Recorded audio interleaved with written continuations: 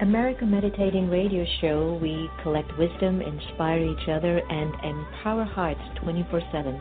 Hi, I'm Sister Jenna. Join me and guest on Blog Talk Radio as we amplify stories that compel us to be more for ourselves and everyone else around us.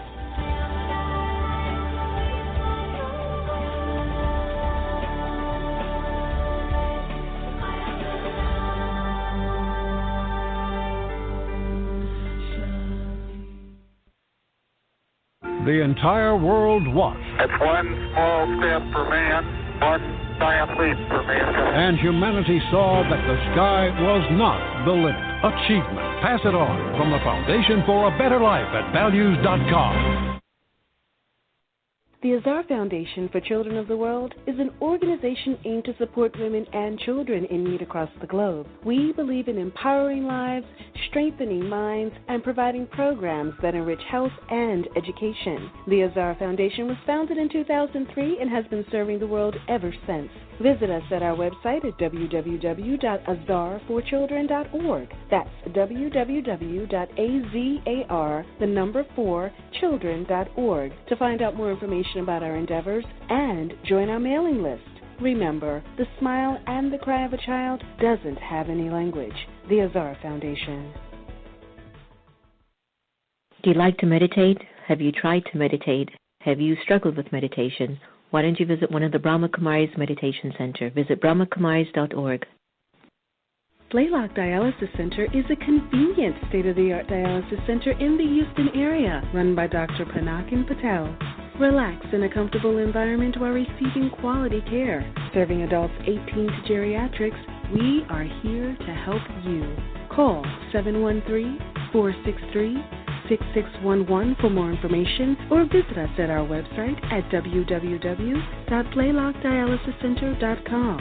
Blaylock Dialysis Center, where helping you get well is our priority. Join the prominent motivational speaker and teacher, Sister Jenna, on America Meditating Radio as she talks with celebrities, leaders, authors, and average people who share stories of success and inspirational ways to combat negativity and everyday challenges that we may encounter along our journeys of life. Tune in daily, 24/7, right here on America Meditating Radio. America Meditating Radio Show. Tuning to love as we grow.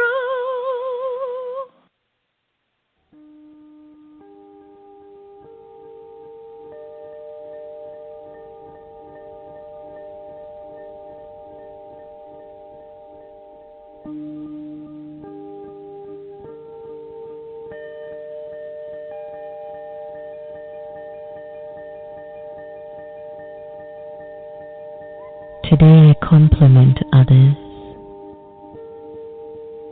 Sometimes we forget to value those around us.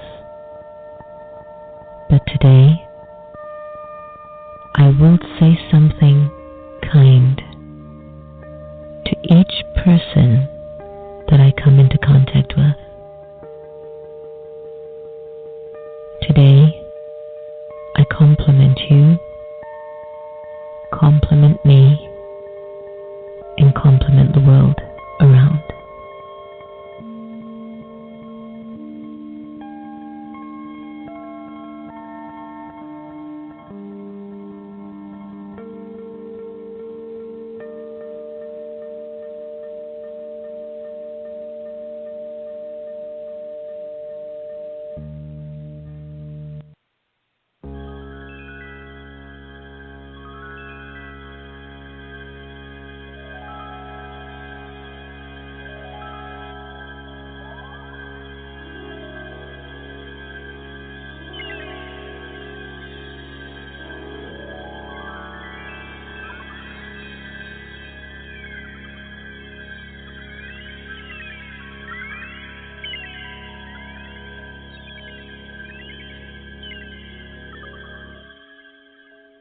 Just close my eyes again.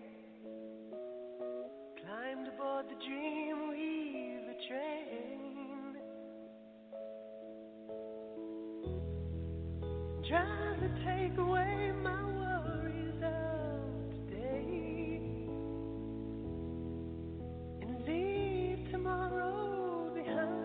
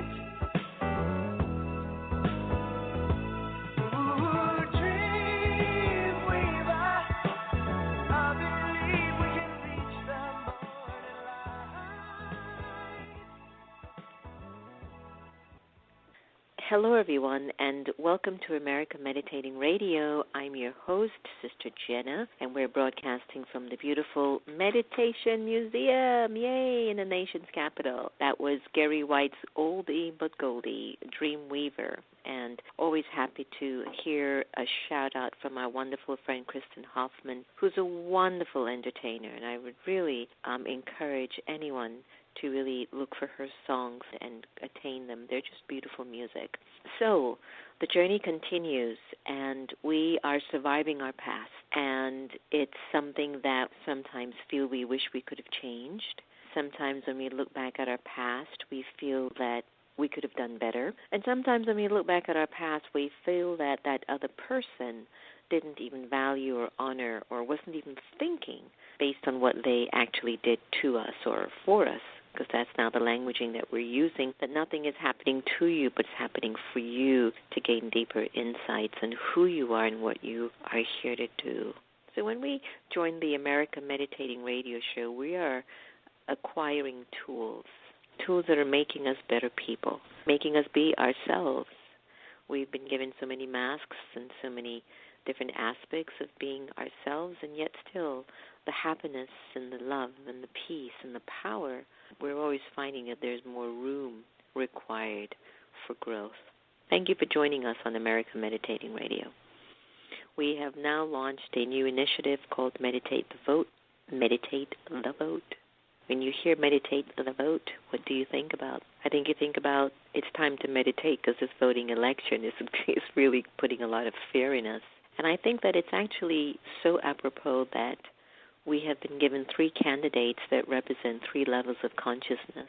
And we now, as citizens of this great land, are being invited to have a higher conversation, engage in a deeper meaning of who we are and why we show up.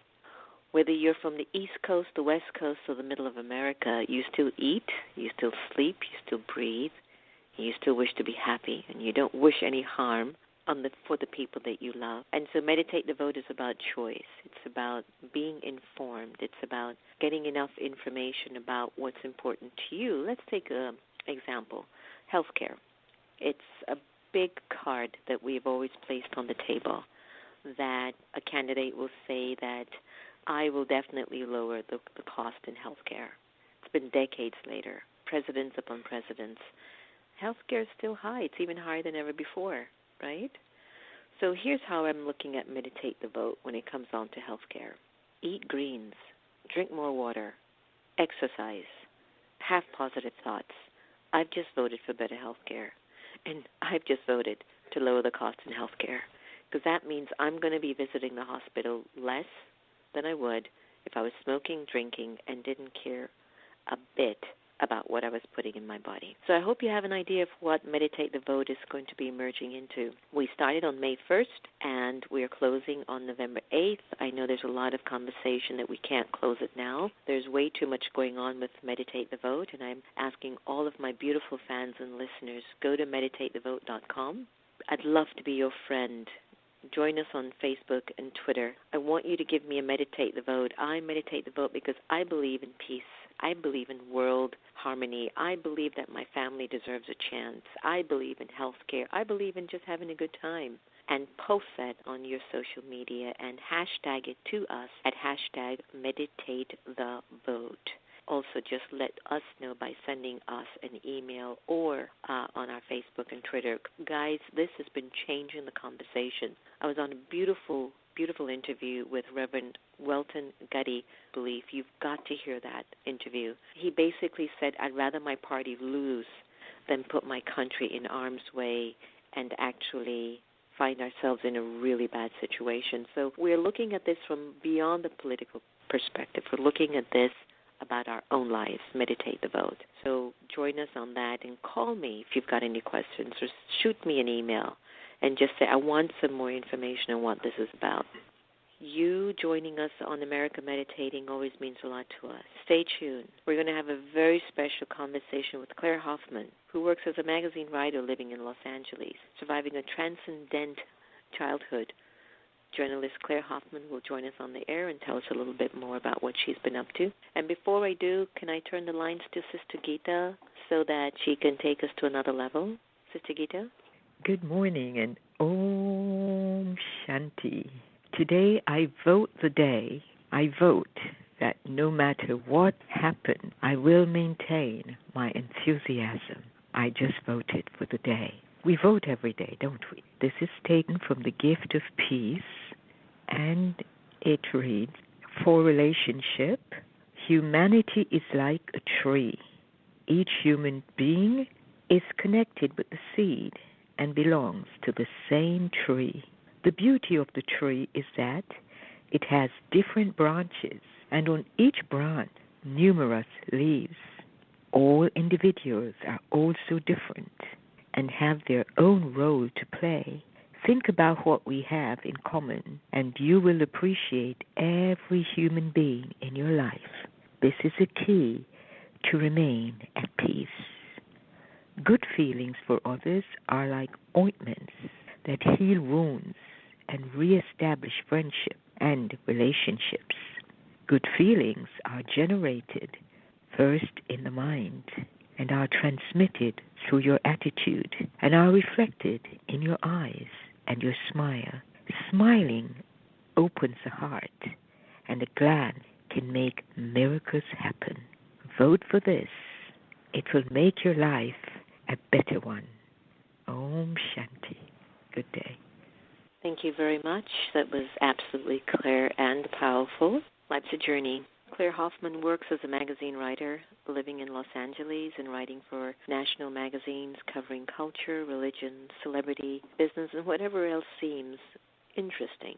Claire was formerly a staff reporter for the Los Angeles Times and a freelance reporter for the New York Times. Claire has a master's degree in religion from the University of Chicago and a master's degree in journalism from Columbia University. She serves on the board of her family foundation, the Goldhurst Foundation, as well as the Columbia Journalism School. Now, her new book entitled Greetings-from-Utopia-Park, Surviving a Transcendent Childhood, big topic.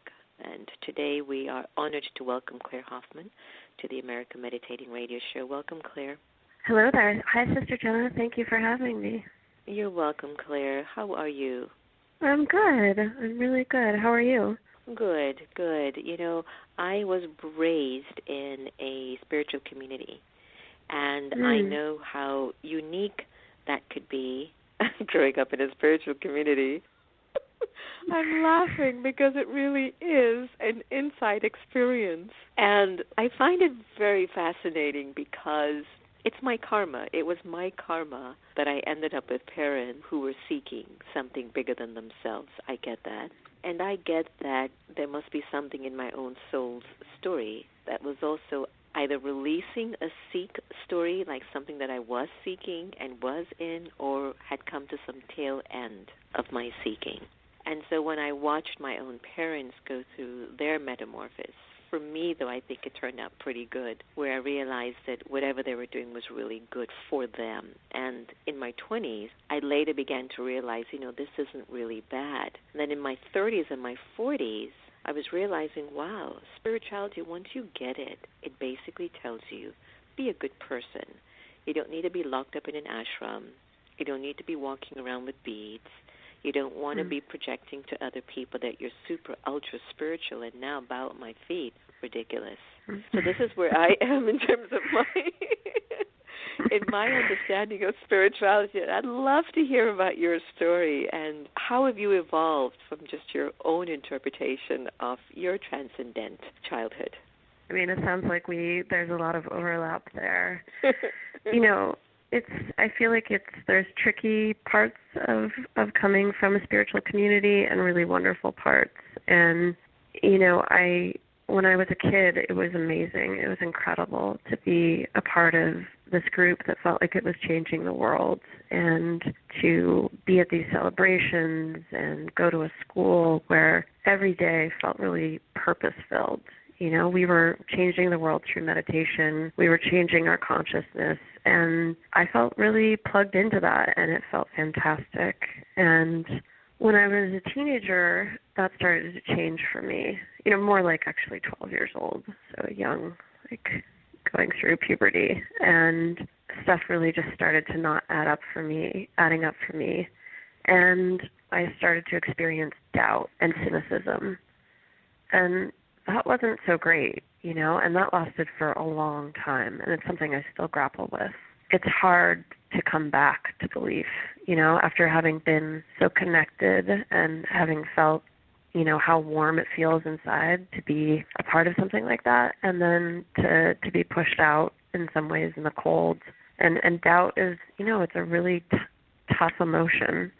So, and then I did go back as an adult, after I had kids, and I tried to find the value there, to kind of put the doubt and cynicism aside. I felt sort of exhausted by it, and to find things that worked for me. Not everything, certainly, but some of the stuff felt really valuable for me. And, the main practice and part of that community that I do stay connected with is meditation. That's sort of the primary thing that I've held on to. Now, I understand what you're saying. I know what that's like I haven't felt it personally, but I intuitively have a very clear idea about what it's like and this is how I'm going to position it. Inside of our souls, there's constant change going on in our energy and in our personality. Stuff from our past lives and energy of our present life existence that's, triggering thoughts inside, and then a future that's waiting for us. Those kids were waiting for you. And what happens, it's like it's not matching the fortress of awareness that I was just so conditioned to believing in. And how happy ashram life is and how beautiful. We all know what it's like when everyone is just so happy. And there are issues too, but who cares? We just, sweep it under the rug and go, that's just personality issues. But when you start to feel like I'm either outgrowing this or something happened to me inside which doesn't feel right anymore, or just the world in general is now calling me to say, but you haven't felt this. How do you know if this is the real deal, right? And then you go outside of that, and then when you start to settle into your other life, your life of a mother and this and that and work, in those quiet moments, you start to find yourself remembering those special sacred times back in the ashram, back in the temple, back in those days, and you go back to it saying, wow, I want to feel that again, but you're not the same person. So it can be a very, right? Am I speaking right to you right now? Yeah, it's very true. And when you say those quiet moments, I mean, I think for me, different than necessarily growing up in a religious community, although there were elements of that quietness, because I started meditating at such a young age, that quietness really was who I understood myself to be. And living in sort of urban America with a family and working and being very sort of technologically wired in, it was really hard to connect to that quietness. And so that sense of self was almost wrapped up, that sense of self was very close to the meditation for me, if that makes sense. It does. We've got a lot of children that come here with their parents, and I'm a very strong advocate to inform them, keep them engaged. Life is about how much good you can do. And this is just my interpretation, Claire. My understanding of meditation today is get rid of all your negative and waste thoughts, and you're a meditator. You're going good, because when you meditate, you're healing something inside that doesn't feel good. I know some of us think we're emptying, we're going into the abyss, it's abstract, we're in the world of light, but that doesn't connect to the world here when I need bills to be paid, I need a relationship to respond to me, I need to dress appropriately for a particular occasion. And so with children, I think I find it very, very important to keep sharing, okay, good that you sit in silence, maintain positive thoughts, but now what would you like to do? What are your skills? Let me see how you're painting. Let me see your writing skills. I mean, was that something that you would offer as a balancing tool for children who might be looking at meditating? Yeah, it's that's an interesting question. I mean, for me, with my daughters, I see the way that emotions, especially they're little girls, emotions can really overwhelm them and overtake them, and they get very sort of caught up in the feelings and the moment and the energy. And I see meditation as a way for kids their age to take a step back. That's what it was for me. I started meditating when I was 3 years old, and there was a lot going on with my family. It was very chaotic. My parents were getting a divorce. My dad was an alcoholic. And for me, meditation was this space that I was allowed to have from everything that was happening around me. It gave me a little distance, and it gave me that quietness and stability when it was lacking. And I see that for my daughters. They have a much more comfortable life than I did, but that space, I think, is still important to understand the separateness, or not the separateness, but just the space between you and your feelings. So I know that you've got a book. Congratulations. Yes. And thank you. I know it's always you're welcome. It's always huge to get a book out, because I know that now there's so many authors in America especially, and to get coverage and to get that energy in the hearts of people requires these kinds of conversations. Your new book is called Greetings-from-utopia-park. Could you tell our listeners a little bit about the book and why you decided to actually write it? Yeah, thank you for asking me that. It's I have been thinking about this book for a long time in different ways, but Utopia Park, just to tell you, was the meditators only trailer park that I grew up in, and it was a 200-home trailer park just on the campus of Maharishi University in Fairfield, Iowa. And for me, this book I felt it was important to share this story because I think the conversation around religion and spirituality tends to get very black and white and has a lot of judgment around it. People really want to put things in, two boxes, logical, illogical, and I just, for me, having grown up the way I did and then going on to divinity school, I felt like there wasn't a nuanced conversation of, first of all, what it is like to believe something and how powerful that belief is, how it can completely transform your reality, and how real that is. And no matter what the belief is, if you believe it, it's there, it's happening. And then also what that experience is like to come out of it, to have that belief sort of fall apart and to end up in a place of cynicism and not have that be the end of the story. I feel like it so often is, it's either I was in and then I was out. And I think that life is much messier and much more complicated than that. Friends who are grown up in, like every different kind of religion, and everybody is trying to figure out, what is their connection to the cosmic? How do they connect back into themselves? How do they understand themselves in this world? And where is the opportunity for them to think about that, to be with other people talking about that, that feels right, and it doesn't feel like you have to join a group, or, be on the other side and say, like, there is no God and science is the only language that is logical. And for me, like, I really feel like I have a lot of those conversations where people are sort of like, oh, well, you're so well educated. How can you possibly think that what you grew up with made sense? And I think it's really kind of not very, I don't understand why people have a hard time understanding how big belief is and how powerful and how it can be really a force for good as well as not, So for me, writing this book, the book was really about that ending in the position of seeking and having that be sort of a permanent position. I felt like the real challenge that I see for both, my mom's generation and also for people my age now who are trying to sort of constantly improve themselves is that everyone seems to think that there's going to be an answer, that there is an ideal self that they will achieve, that they will, if they work hard enough, if they meditate enough, if they exercise enough, if they're healthy enough, there's this striving. And I feel like it's a beautiful emotion and feeling, but it often can be, your undoing. Mm-hmm. So, I think I often, people ask me all the time, should I meditate? Will that help me? Will that change my life? Will that change this, voice in my head that won't stop talking?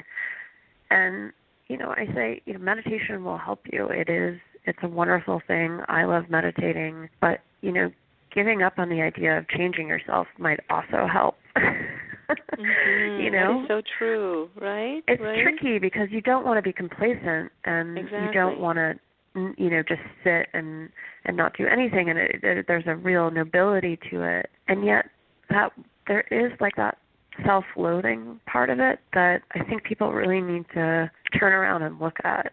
I see Which it so often. And you write in your book that while there is no utopia on earth as such, there are noble goals that are worth striving for. And let's say you've got a 20-year-old listening to the show today. What are some of these noble goals that you would suggest to them to at least put it on their bucket list? Good.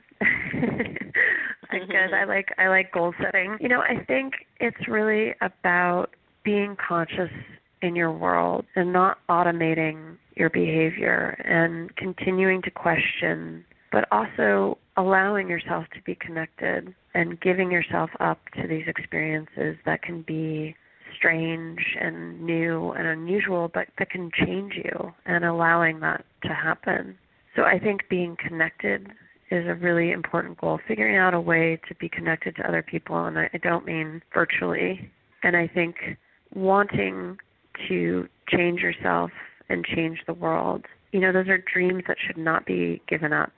But understanding that there's a part of that is motivated by self-criticism and discomfort, and using that discomfort to connect back to yourself instead of trying to escape it, if that makes sense.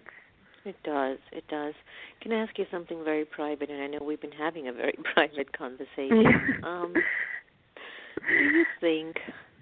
Do you think all this spiritual stuff, all this spiritual jargon, temples, meditate, drink healthy, be like this, right? I mean, is it still good for us? Or is it that we've gotten a lot of people now who are spiritual entrepreneurs, and as a result, they've kind of taken the attention of a lot of people, and so the real sincere soul seekers are not even seen anymore on the platform. They're just like a guy next door who's just living a good life. Like, what do you feel? I mean, is spirituality really, does it work? I know those are two big questions.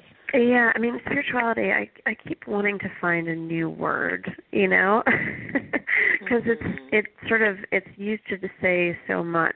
You know, I personally am very allergic to a lot of the spirituality trappings. So for me, even seeing somebody stand on a stage and sort of like literally physically elevate themselves above everyone else and turn back and say, this is how life is, this is what it means, I can't be around that. You know, after what I grew up with, I can't handle it. And I felt like, you know, one of the things that I understood later on was that we, you know, with Maharishi, he was our guru, and it was almost like things got strange, but it was almost in some ways, you know, our fault, of the community, because we wanted so much of that stuff. You know, the questions, he didn't start out saying, you know, this is how you should eat, and this is how many bites you should take per minute, and this is the temperature of the water, and this is the food that you should eat in February, and this is the food you should eat in July. But by the end, everything had been prescribed. And there is that desire in people to have that, to order things, to restrict themselves. It's such a natural part of the religious impulse. And yet I think it is sort of counter to that pursuit of happiness, you know?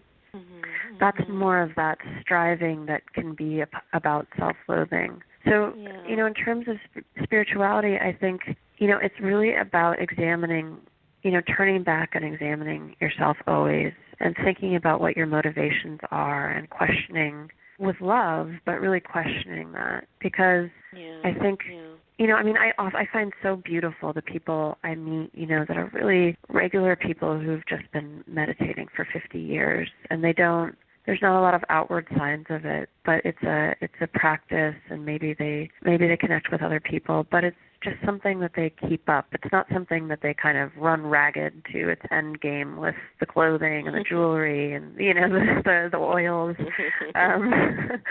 you know, that stuff. But everybody does it their own way. You know, I mean, I also am like, if that works for you, fantastic. Like, if that oil makes you experience, like, something sublime, then by all means, use the oil. You know, you just have to kind of do you and not get too distracted by all the trappings, if you know what I mean. I do. And I think that's where I think at the end of the day you have to think for yourself, too.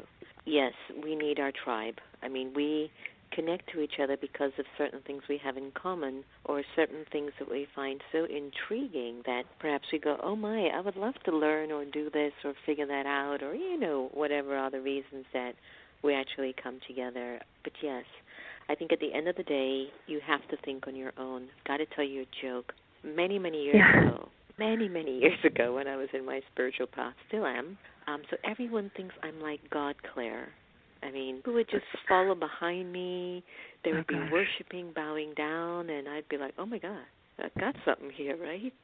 So, like, after my I'm being honest.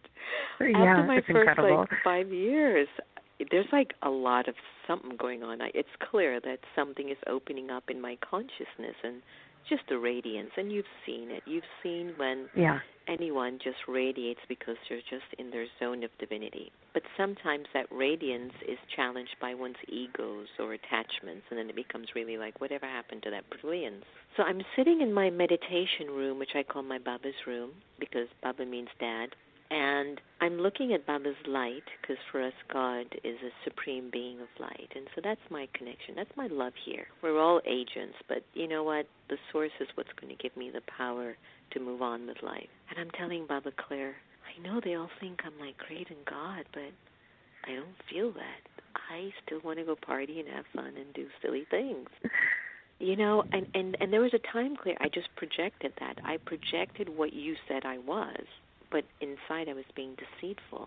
And that moment of being honest with myself and with God, I was so perfect. And after that, I didn't care if my sari was wrapped upside down, if there was a pink stain on it, or if it had a hole. It was like, I'm good. I'm fine now. And I think that for those of us who come into spirituality, the greatest enemy is of the ego, of trying to project yourself to be greater than God, one.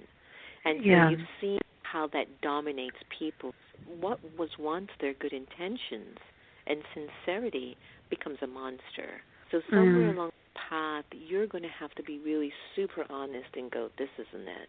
So the second thing is that you might have to tell yourself, one of my meditations, I go, I am not even a Brahma Kumari. I'm just me. I'm just a soul. And when I started to do that, I can't begin to tell you how free I felt. Even though I'm still a Brahma Kumari practicing my tradition and my spiritual culture, which I love, it's not holding my identity. It's not my trap anymore to define my worth. My worth is how I deal with you, the guy next door, the man across the street, and how I deal with Jen. Now, does that make any sense to you? Yeah, it's beautiful. I think there is a liberation in saying, who am I? It doesn't, to let go of the ego. And ego is tricky. It always comes back, And I felt like with Maharishi, it's a big sort of question for me. My mother and everyone that I grew up with loved him so much. He was like a god among men. It was, their experiences with him were transformative and changed their lives. And I want to honor that and understand that. But then there's the part of me as a journalist that, examined him and saw him as very much human. And I actually felt like some of that, some of the mistakes that were made were because of that ego, where, the humanness. And it seemed like such a thing that he must have grappled with, and I think it's also interesting to think about, like for you, like the people who are following you. I mean, there's a sort of one level of where they just want what you have, they want that they see reflected back at them. But I also think it's again this thing of discomfort with self, that you think like, I don't like this part of me. I want to be this sort of seamless, radiant being that is not human. And I actually feel like that's one of the most human impulses, is to shed yourself of your humanity. Oh, yeah, and I think that, if you don't mind me interjecting, when a person who's on a spiritual path, who perhaps many find inspirational, let me tell you, to all of you listening in today, and to all of you who might be thinking that you need to be a life coach, motivational speaker, transformational agent, leader, all of those good things, not to set yourself up and putting yourself on a pedestal, that when your human side comes, they will drown you, and then you start to walk around self-deceived, thinking that they're the problem and you're a God incarnate. And I'm really sharing that with a lot of honesty and openness. And so a lot of people sometimes get shocked at the way I behave. I go, but why? I'm not telling you I'm anything godly. I'm just like you. Maybe my only difference between the both of us is that I'm in touch with my weaknesses and I'm working them through. I have no idea, but that's just where I am, and I'm so comfortable with that. And I think that when we advocate that in the way that we live our lives, we're going to stop this delusional way of capitalism, because now it's such a big thing of people making money on people's personality. For what reason, I don't know. But to be you, and the people that are with me, nobody's a follower of me. We're friends traveling on this journey together. And so I love the fact that we're all like in support, how we can help each other to shine because we have our own gifts, and how I can keep shining because I also come with my own gifts. And I feel that languaging, that level of spirituality is what God would have wanted on the earth. It's amazing. It's very rare to have that sort of self-recognition. I think it's important. I've loved having you on the air. Wow. Do you ever come to Washington, D.C.? I hope I will for this book. I will look you up. Well, if you ever want to do a book signing at the museum, you're most welcome to use the venue. I love your energy and the work that you're doing, hon, and totally understand you. You speak to me. I get that. And thank you.